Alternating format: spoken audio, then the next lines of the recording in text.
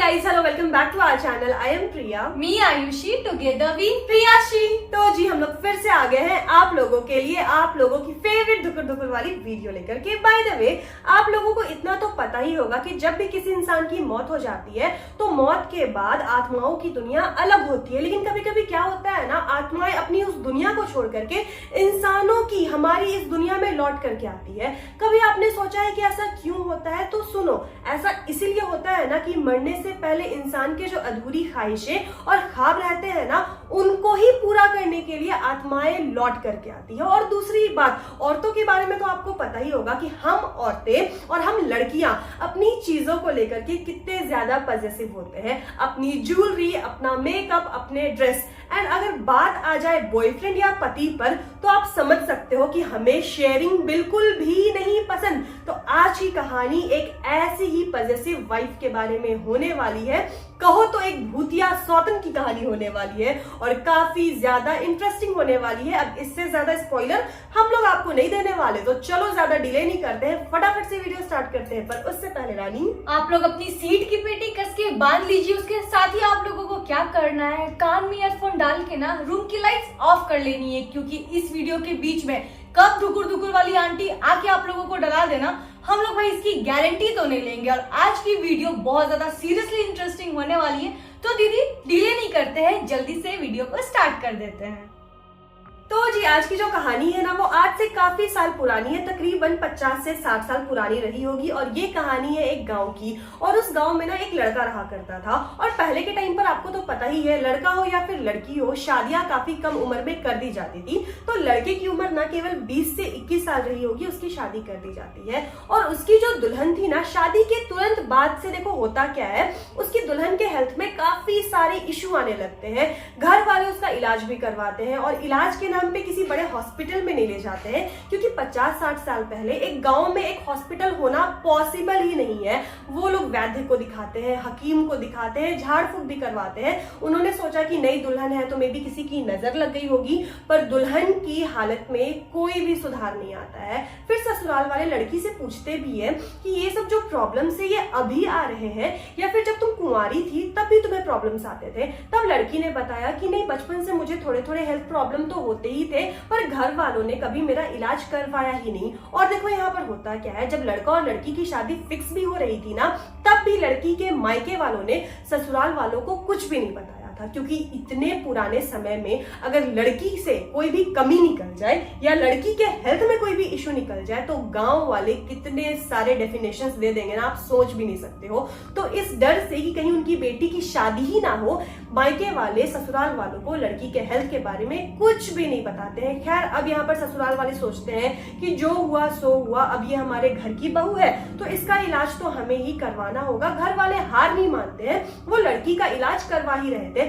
लेकिन समय के साथ उसकी हालत में सुधार आने की बजाय ना, उसकी हालत बद से बदतर होती जा रही थी। और यहाँ पर एक प्रॉब्लम और आ जाती है कि अब पता नहीं हेल्थ इश्यू के कारण या फिर कोई और रीजन होगी, लड़की प्रेग्नेंट हो ही नहीं रही थी। अब ससुराल वाले काफी ज्यादा परेशान हो गए थे कि एक तो ऐसी उन्हें दुल्हन मिल गई जिसके हेल्थ में इतने सारे प्रॉब्लम है, और साथ ही साथ अब तो बच्चा होने में भी दिक्कत हो रही है। पता नहीं दुल्हन के बदले हम लोग क्या लेकर के आ गए हैं। लेकिन चलो, अभी तक उसके ससुराल वालों में इतनी इंसानियत थी ना कि वो लड़की को एज अ बोझ फील नहीं होने दे रहे थे, उसको अच्छे से ही ट्रीट कर रहे थे। खैर, अब शादी के 1 से 1.5 साल हो जाते हैं और कहीं ना कहीं अब लड़की को भी पता चल गया था कि उसकी जान बचना नामुमकिन है। और लड़की ने अपने दूल्हे से पहले ही कह दिया था कि देखो जी, अब मुझे लगता तो नहीं है कि मेरी जान बचेगी, और मैं नहीं चाहती हूँ ना कि मेरे मरने के बाद आप पूरी उम्र अकेले रहो। मैं चाहती हूँ कि मेरे जीते जी आप शादी कर लो, ताकि मैं अपनी आंखों से देख सकूं और मुझे तसल्ली हो कि मेरे जाने के बाद बिना आप सुखी रहोगे। यहाँ पर उसके पति ने साफ साफ मना कर दिया कि कैसी बात कर रही हो, मैंने केवल तुमसे प्यार किया है, ऐसे मैं किसी और के साथ शादी नहीं कर सकता। लेकिन लड़की अपने सास ससुर से भी बात करती है और उन लोगों से विनती करती है कि उनके पति की शादी करवा दी जाए, क्योंकि जब से इस लड़की की शादी उस लड़के से हुई थी ना, वो लड़का एक वैवाहिक जीवन में जो भी सुख होता है ना, बेचारा भोग ही नहीं पाया था, क्योंकि शादी के अगले दिन से ही वो अपनी बीमार दुल्हन को ही संभाल रहा था। खैर, यहाँ पर घर वाले तो मान जाते हैं, लेकिन लड़के को मनाना ना अभी भी काफी मुश्किल था। और जब तक लड़के को मनाया जाता ना, उससे पहले ही बीमारी के कारण उस बेचारी लड़की की आकस्मिक मृत्यु हो जाती है। अपनी पत्नी के मौत का उसे काफी ज्यादा दुख होता है और कुछ समय के लिए तो वो सदमे में भी चला जाता है। लेकिन एक कहावत तो आप लोगों ने सुनी ही होगी कि किसी भी इंसान के अगर ऊपर कितना ही भारी दुखों का पहाड़ क्यों ना टूट जाए, समय के साथ वो इंसान उस दुख से निकल ही जाता है। और ऐसा सेम उसके पति के साथ भी हुआ और कुछ सालों के बाद उसके पति ने दूसरी शादी भी कर ली। चलो उसका नाम हम लोग सीमा रख देते हैं। और जो सीमा थी उसका नेचर भी काफी अच्छा था, स्वभाव की भी वो काफी अच्छी थी। ससुराल में भी सारे लोग उसको अब पसंद करने लगे थे। लेकिन सीमा का जो ससुराल था, उसके ससुराल में ऐसे कुछ नियम थे जिसका सीमा को पालन करना था। और उसके घर में एक परंपरा थी कि जिस किसी की भी अगर दूसरी शादी होती है ना, तो उसे अपनी पति की पहली पत्नी, यानी कि आसान भाषा में अगर आप लोगों को समझाए तो अपने सौत के नाम का एक लॉकेट पहनना था। और ये जो परंपरा है वो काफी जगह अभी भी प्रचलित है। आप अपने मम्मी पापा से जरूर पूछना, उन्हें इस परंपरा के बारे में जरूर पता होगा। और वो जो लॉकेट था ना, वो मंगलसूत्र के साथ ही अटैच होता था। आप इमेजिन करना, मंगलसूत्र का जो धागा होता है ना, उसमें सीमा के पति के नाम का मंगलसूत्र का लॉकेट तो था ही, उसी मंगलसूत्र के लॉकेट के बगल में उसकी सौत के नाम का भी लॉकेट सटा हुआ था।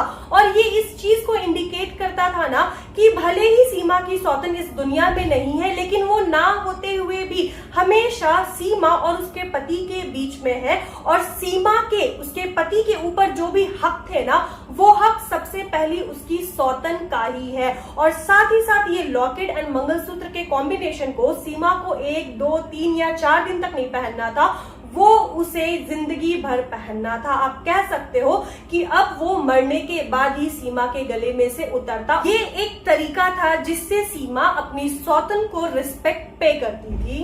इसीलिए जब कभी भी अगर सीमा अपने मांग में सिंदूर भरती तो उस सिंदूर को सबसे पहले सीमा को अपने लॉकेट में लगाना होता, उसके बाद ही वो अपने मांग में भरती। और साथ ही साथ सुहाग की जितनी भी निशानियां होती है ना, चाहे आप बिंदी ले लो, चूड़ी ले लो या फिर नई साड़ियां ले लो, सबसे पहले उन सारी चीजों को सीमा को उस लॉकेट पे चढ़ाना होता या फिर डेडिकेट करना होता।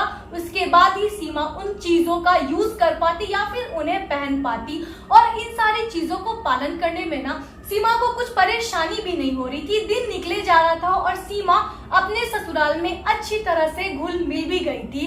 और इसी के बीच में क्या होता है ना, दिवाली आती है और सीमा अपने ससुराल में पहली दिवाली के लिए काफी ज्यादा एक्साइटेड भी होती है।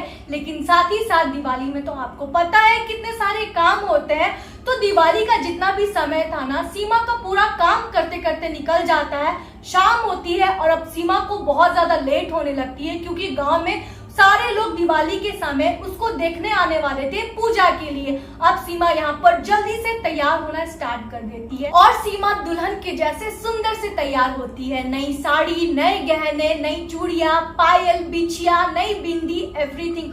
और सीमा सीरियसली काफी ज्यादा सुंदर लग रही थी। पर इसी तैयार होने के चक्कर में ना, जल्दबाजी में सीमा से एक भूल हो जाती है। सारी नई नई चीजें तो सीमा पहन लेती है, लेकिन किसी भी चीज को ना वो अपनी सौतन को चढ़ाना भूल जाती है। इसके बाद तैयार होकर वो गांव में पूजा करने भी चली जाती है और पूजा अच्छी तरह से संपन्न भी हो जाती है। और पूजा के बाद सारे गांव वाले सीमा की अच्छे से तारीफ भी करते हैं। सीमा को काफी ज्यादा अच्छा फील होता है। पूजा के बाद अब सीमा जल्दी से अपने घर चली जाती है, क्योंकि घर पे भी उसे दिए जलाने थे और उसकी मदद करने के लिए एक छोटा बच्चा भी रहता है। सबसे पहले वो लोग घर के छत पर चले जाते हैं और वहां पर सीमा एक जगह बैठकर जल्दी से दिए जला रही होती है। और वो जो बच्चा था वो दियों को उठाकर छत के किनारों पर सजा रहा होता है। पर इसी बीच में क्या होता है, सीमा की जो साड़ी थी उसके पल्लू में दिए से आग लग जाती है और सीमा ना उस आग को देखकर अचानक से चिल्लाने लगती है और आग को बुझाने की कोशिश कर रही होती है। और वो जो बच्चा था वो भी आग को देख के काफी ज्यादा डर जाता है और चिल्लाने लगता है। और उन दोनों की चिल्लाने की आवाज से घर वाले जल्दी से छत पर पहुंच जाते हैं, क्योंकि सारे लोग आसपास ही थे। जैसे तैसे आग बुझाई जाती है। शुक्र है सीमा को ज्यादा नुकसान नहीं होता।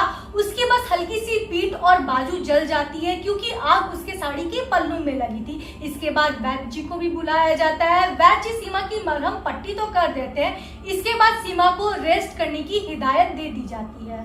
अब सीमा रात में सोने की कोशिश कर रही थी, पर उतने दर्द में सीमा को नींद कैसे आए। और साथ ही साथ ये शादी के बाद सीमा की पहली दिवाली थी। उसके काफी अरमान थे कि वो अपने पति के साथ मिल करके पटाखे फोड़ेगी, लेकिन उसके सारे के सारे अरमान धरे के धरे रह गए और सीमा काफी ज्यादा दुखी भी थी। वो बेचारी अभी सोच ही रही थी कि उसने क्या क्या सपने सजाए थे और क्या हो गया। और सोचते सोचते सोचते सोचते सीमा को कब नींद आ जाती है उसे पता भी नहीं चलता है। अभी सीमा को नींद आए हुए 10 से 15 मिनट ही हुए थे। सारे लोग घर के बाहर ही थे, सीमा अकेले कमरे में सो रही थी। तब तक इसी बीच ना सीमा को एक बहुत ही ज्यादा भयंकर सपना आता है, जिसे देखने के बाद सीमा काफी ज्यादा डर जाती है और नींद में ही चिल्लाने लगती है। अचानक से उठ करके बैठ जाती है। सीमा की चीख की आवाज सुन करके सीमा की सास और सीमा के पति उसके कमरे में आते हैं और दोनों लोग सीमा से पूछते हैं कि आखिर क्या हुआ, क्यों अचानक से उसने इतनी जोर से चीख लगाई और क्यों इतनी डरी डरी सी बिहेव कर रही है। तब सीमा ने उन्हें यहाँ पर जो बताया ना, वो सुन करके सबके पैरों के तले से जमीन खिसक गई।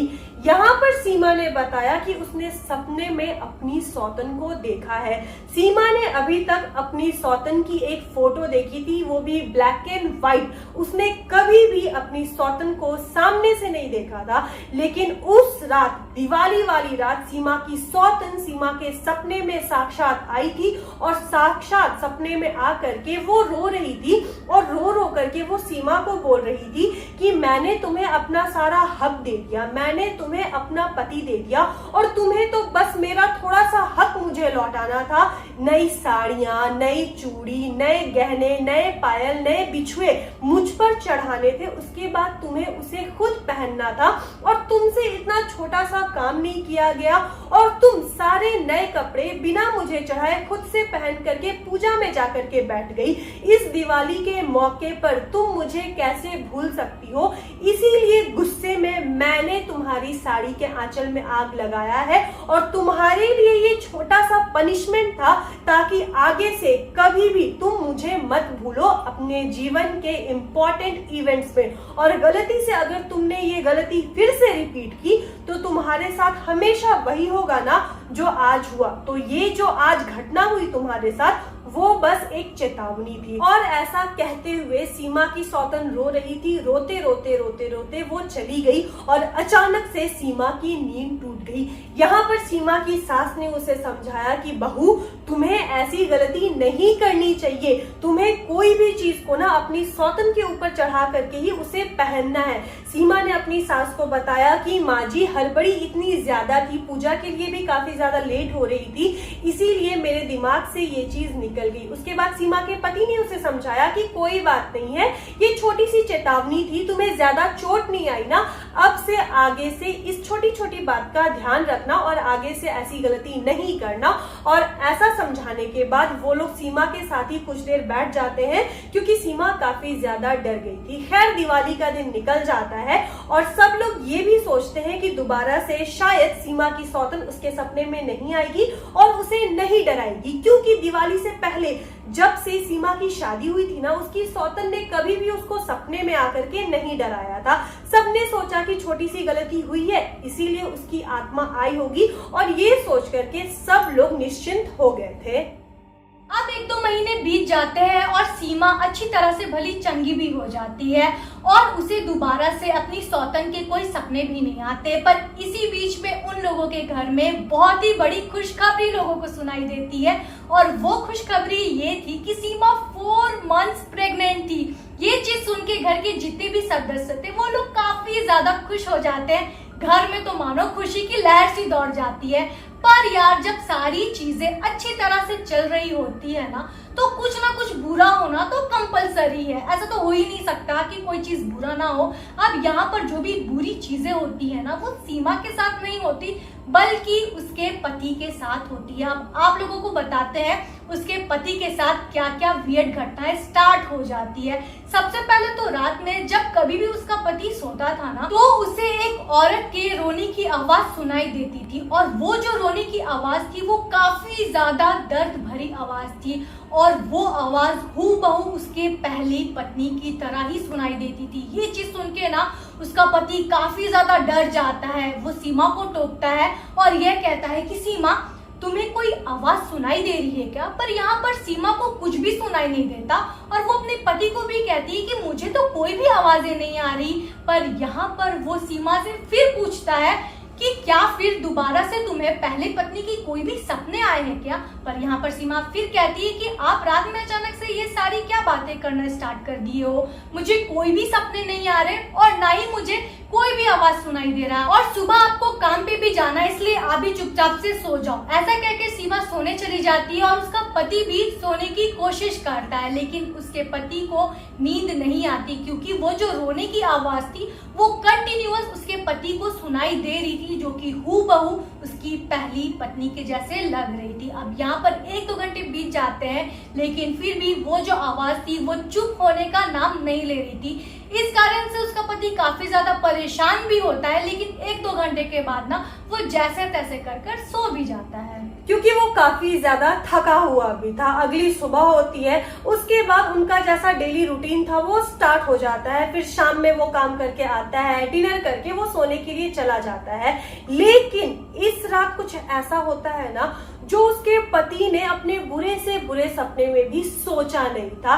इस रात क्या होता है, उसे किसी की रोने की आवाज नहीं आती है, बल्कि साथ ही साथ उसको साक्षात अपनी पहली मरी हुई बीवी दिखाई देती है। वो देखता है कि उसकी पहली बीवी जो कि मर चुकी है उसके कमरे में तो नहीं, पर कमरे के बाहर जो खिड़की थी ना वहां पर खड़ी है, और अपने पति को एक ही टकटकी लगाकर देखे जा रही है, और सिसक सिसक के रोए जा रही है।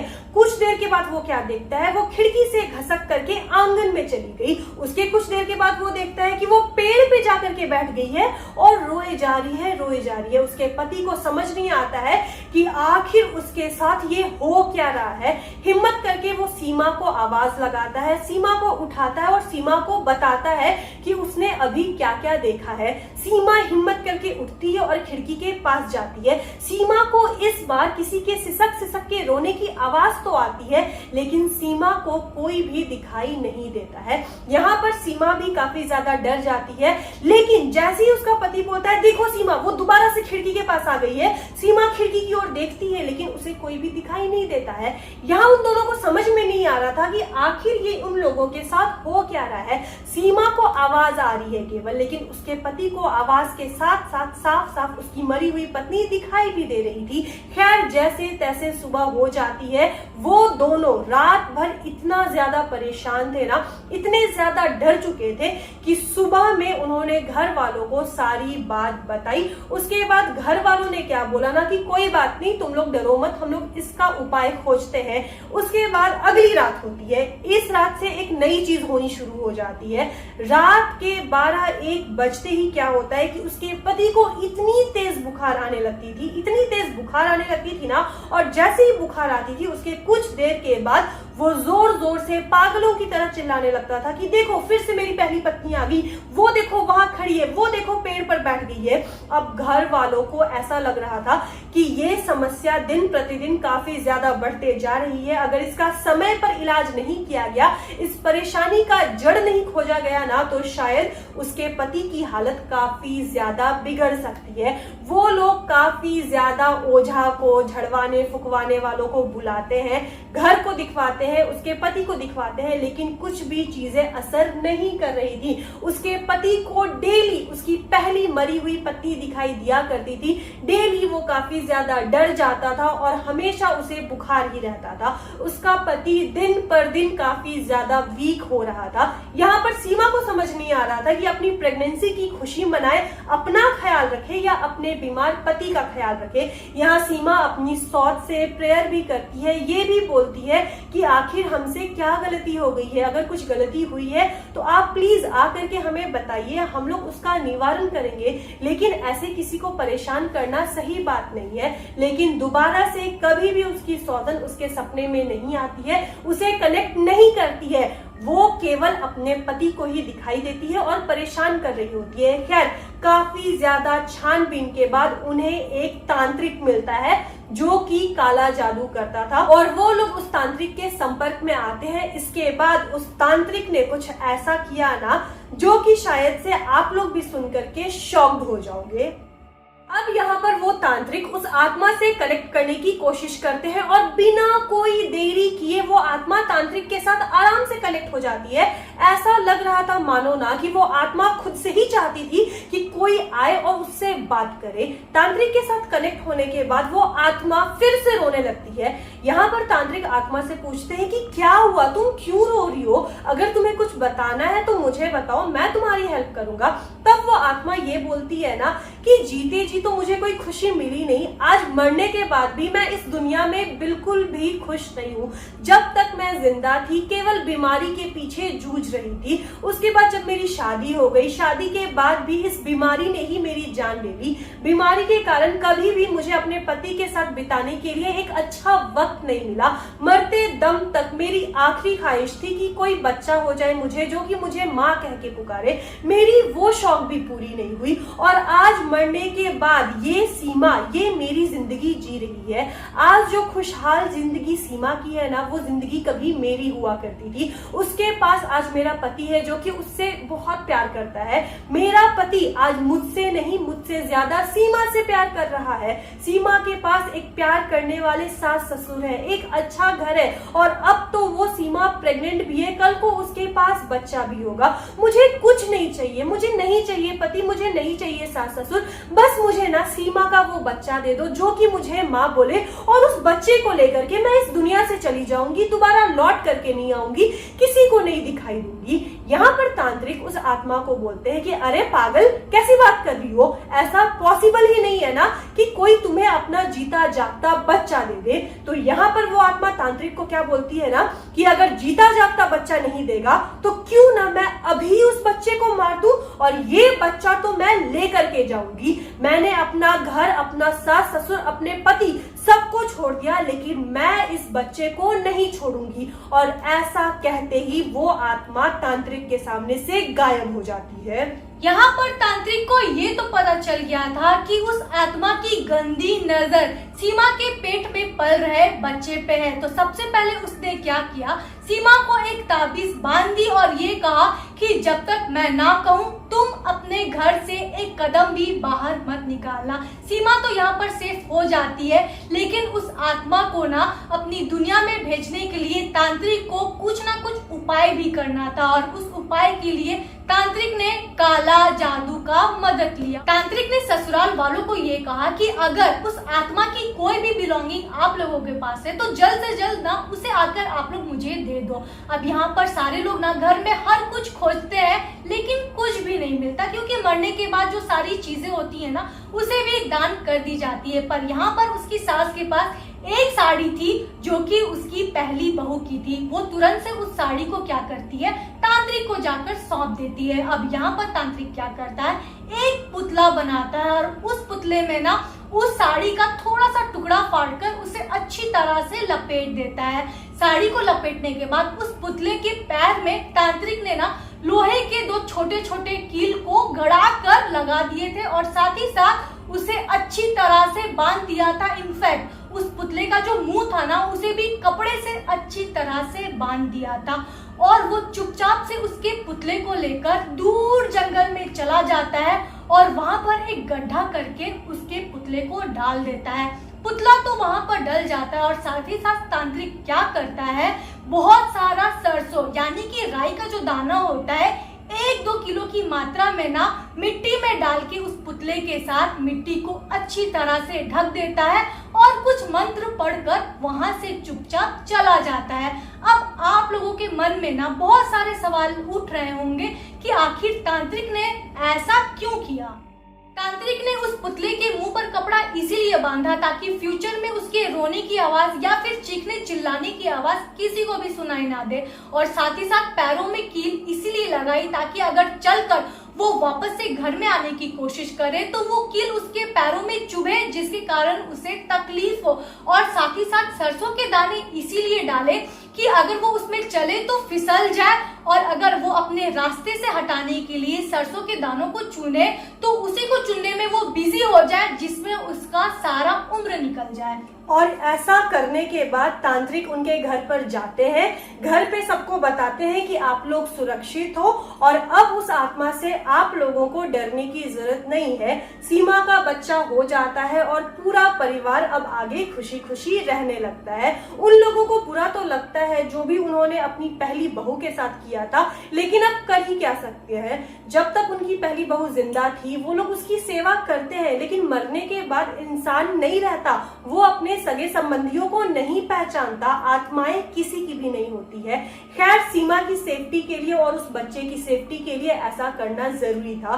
तो दोस्तों, यही थी आज की कहानी। आप बताना कि आपको आज की कहानी कैसी लगी, दिवाली स्पेशल। और कहानी पसंद आए तो रानी इस वीडियो को लाइक कर देना, और अगर आप हमारे चैनल पे नए हो और हमारा ये प्यारा प्यारा फेस पहली बार देख रहे हो तो हमारे चैनल को भी सब्सक्राइब कर देना। मिलते हैं नेक्स्ट वीडियो के साथ, तब तक के लिए बाय।